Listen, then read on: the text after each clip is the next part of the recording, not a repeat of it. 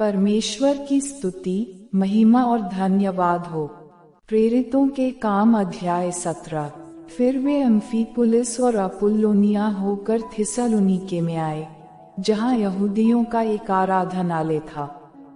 पौलुस अपनी रीति के अनुसार उनके पास गया और 3 सबत के दिन पवित्र शास्त्रों से उनके साथ वाद विवाद किया और उनका अर्थ खोल खोल कर समझाता था कि मसीह को दुख उठाना और मरे हुओं में से जी उठना अवश्य था, और यही यीशु जिसकी मैं तुम्हें कथा सुनाता हूँ मसीह है।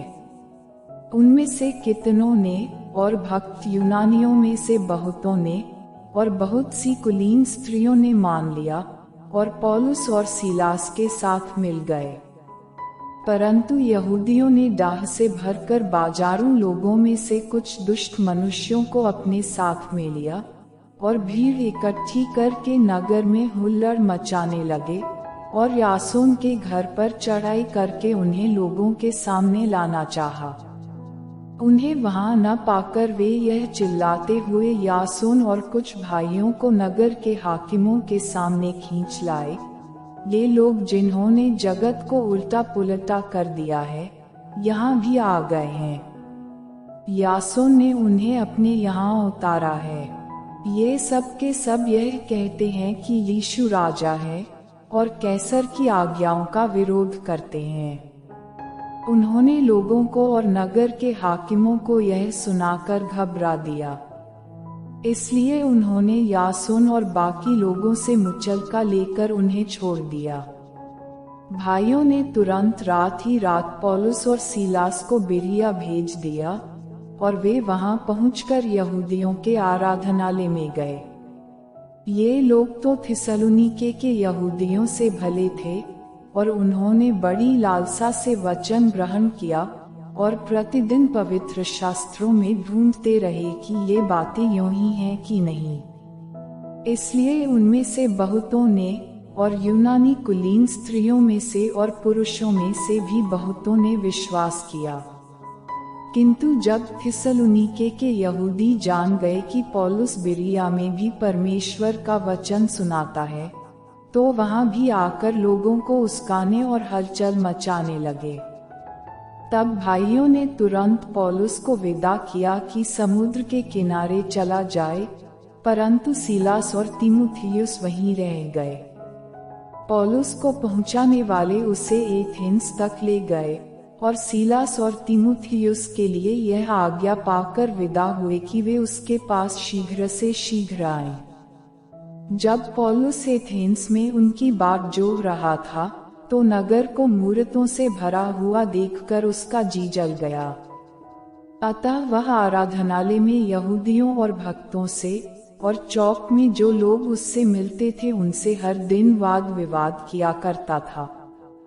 तब एपिकुरी और स्तोई की दार्शनिकों में से कुछ उससे तर्क करने लगे और कुछ ने कहा, यह बकवादी क्या कहना चाहता है। परंतु दूसरों ने कहा, वह अन्य देवताओं का प्रचारक मालूम पड़ता है, क्योंकि वह यीशु का और पुनरुत्थान का सुसमाचार सुनाता था। तब वे उसे अपने साथ अरियुगुस पर ले गए और पूछा, क्या हम जान सकते हैं कि यह नया मत जो तू सुनाता है क्या है? क्योंकि तू अनोखी बातें हमें सुनाता है, इसलिए हम जानना चाहते हैं कि इनका अर्थ क्या है। इसलिए कि सब एथेंसवासी और परदेशी जो वहां रहते थे, नई नई बातें कहने और सुनने के सिवाय और किसी काम में समय नहीं बिताते थे। तब पौलुस ने अरियुगुस के बीच में खड़े होकर कहा, हे एथेंस के लोगों, मैं देखता हूँ कि तुम हर बात में देवताओं के बड़े मानने वाले हो। क्योंकि मैं फिरते हुए जब तुम्हारी पूजने की वस्तुओं को देख रहा था, तो एक ऐसी वेदी भी पाई जिस पर लिखा था, अनजाने ईश्वर के लिए। इसलिए जिसे तुम बिना जाने पूजते हो, मैं तुम्हें उसका समाचार सुनाता हूँ। जिस परमेश्वर ने पृथ्वी और उसकी सब वस्तुओं को बनाया, वह स्वर्ग और पृथ्वी का स्वामी होकर हाथ के बनाए हुए मंदिरों में नहीं रहता, न किसी वस्तु की आवश्यकता के कारण मनुष्यों के हाथों की सेवा लेता है, क्योंकि वह स्वयं ही सबको जीवन और श्वास और सब कुछ देता है। उसने एक ही मूल से मनुष्यों की सब जातियां सारी पृथ्वी पर रहने के लिए बनाई हैं, और उनके ठहराए हुए समय और निवास की सीमाओं को इसलिए बांधा है कि वे परमेश्वर को ढूंढें, कदाचित उसे टटोल कर पाएं, तो भी वह हम में से किसी से दूर नहीं, क्योंकि हम उसी में जीवित रहते और चलते फिरते और स्थिर रहते हैं, जैसा तुम्हारे कितने कवियों ने भी कहा है, हम तो उसी के वंशज हैं। अतः परमेश्वर का वंश होकर हमें यह समझना उचित नहीं कि ईश्वरत्व सोने या रुपये या पत्थर के समान है, जो मनुष्य की कारीगरी और कल्पना से गढ़े गए हों। इसलिए परमेश्वर ने अज्ञानता के समयों पर ध्यान नहीं दिया, पर अब हर जगह सब मनुष्यों को मन फिराने की आज्ञा देता है, क्योंकि उसने एक दिन ठहराया है जिसमें वह उस मनुष्य के द्वारा धार्मिकता से जगत का न्याय करेगा, जिसे उसने ठहराया है, और उसे मरे हुओं में से जिलाकर यह बात सब पर प्रमाणित कर दी है। मरे हुओं के पुनरुत्थान की बात सुनकर कुछ तो ठट्ठा करने लगे, और कुछ ने कहा, यह बात हम तुझसे फिर कभी सुनेंगे। इस पर पौलुस उनके बीच में से निकल गया, परंतु कुछ मनुष्य उसके साथ मिल गए और विश्वास किया, जिनमें दियोनुसियुस जो अरियुपगुस का सदस्य था, और दमरिस नामक एक स्त्री थी, और उनके साथ और भी लोग थे। प्रेरितों के काम अध्याय 18। इसके बाद पौलुस एथेंस को छोड़कर कुरिन्थुस में आया। वहां उसे अक्विला नामक एक यहूदी मिला, जिसका जन्म पुन्तुस में हुआ था। वह अपनी पत्नी प्रिस्किल्ला के साथ इटली से हाल ही में आया था, क्योंकि क्लौदियुस ने सब यहूदियों को रोम से निकल जाने की आज्ञा दी थी, इसीलिए वह उनके यहाँ गया।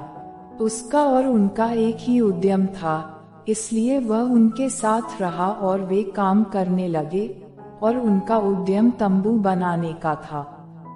वह हर एक सबत के दिन आराधनालय में वाद विवाद करके यहूदियों और यूनानियों को भी समझाता था।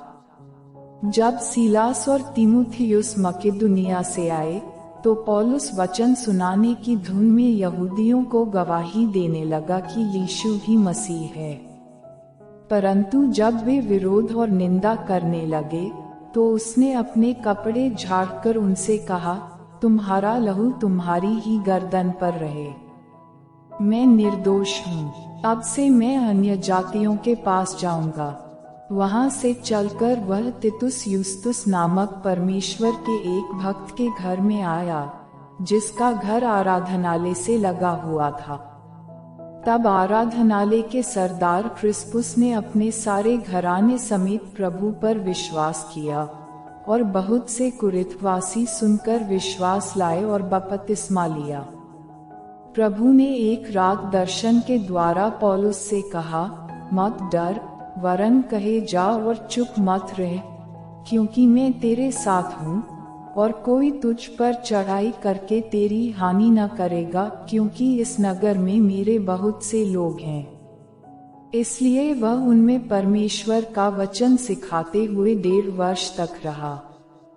जब गल्लियो अखाया देश का हाकिम था, तो यहूदी लोग एका करके पौलुस पर चढ़ आए, और उसे न्याय आसन के सामने लाकर कहने लगे, यह लोगों को समझाता है कि परमेश्वर की उपासना ऐसी रीति से करें जो व्यवस्था के विपरीत है। जब पौलुस बोलने पर ही था, तो गल्लियों ने यहूदियों से कहा, हे यहूदियों, यदि यह कुछ अन्याय या दुष्टता की बात होती, तो उचित था कि मैं तुम्हारी सुनता, परंतु यदि यह वाद विवाद शब्दों और नामों और तुम्हारे यहाँ की व्यवस्था के विषय में है, तो तुम ही जानो, क्योंकि मैं इन बातों का न्याय नहीं बनना चाहता।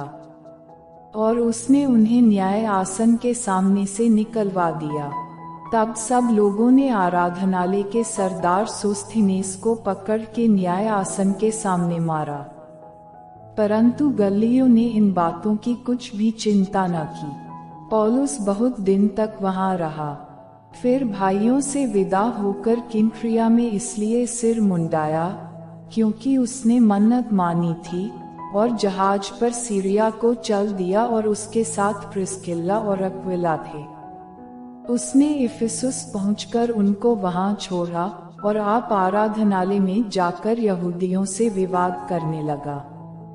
जब उन्होंने उससे विनती की, हमारे साथ और कुछ दिन रहे, तो उसने स्वीकार न किया, परंतु यह कहकर उनसे विदा हुआ, यदि परमेश्वर ने चाहा तो मैं तुम्हारे पास फिर आऊंगा। तब वह इफिसुस से जहाज खोलकर चल दिया और कैसरिया में उतरकर यरूशलेम को गया और कलीसिया को नमस्कार करके अंताकिया में आया। फिर कुछ दिन रहकर वह वहां से निकला और एक ओर से गलातिया और फ्रूगिया प्रदेशों में सब चेलों को स्थिर करता फिरा।